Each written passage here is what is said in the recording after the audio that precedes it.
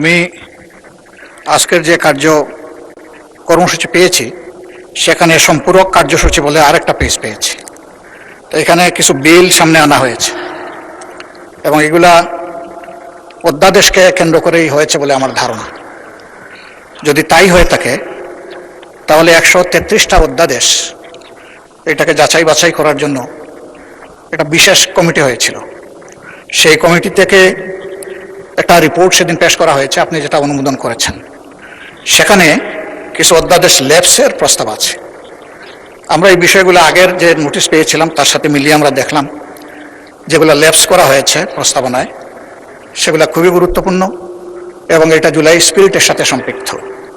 আমি আপনার বরাবর বিনয়ের সাথে বলবো যে আমরা এই বিষয়ে আলোচনা করতে চাই এবং সেটা সংসদের প্রপার্টি।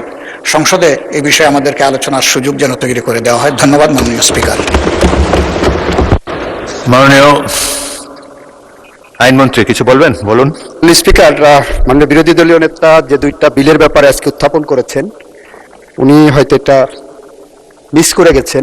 এটা কোনো অধ্যাদেশ থেকে উৎসারিত কোনো আইন নয়, এটা ফ্রেশ বিল আকারে দুইটি মন্ত্রণালয় পাঠিয়েছেন। এই দুটি বিল 133টা অধ্যাদেশের অন্তর্ভুক্ত নয়, ফলে এটা ফ্রেশ বিল আকারে আসছে। আর উনি যে একটা আলোচনার কথা বলেছেন 133টা অধ্যাদেশের বিষয়ে আপনাদের সামনে যখন আসবে তখন উত্থাপন করবো। ওনারা যেটা বলছেন আমরা ল্যাপস করেছি, কোনোটা হেফাজত করা হচ্ছে, আমরা পরবর্তীতে বিল আকারে অধিকতর যাচাই বাছাই করে আপনাদের সামনে সেগুলো আনবো মাননীয় স্পিকার। সেটা যথাসময়ে উত্তর দেবো আমরা। মাননীয় স্পিকার, আপনাকে ধন্যবাদ।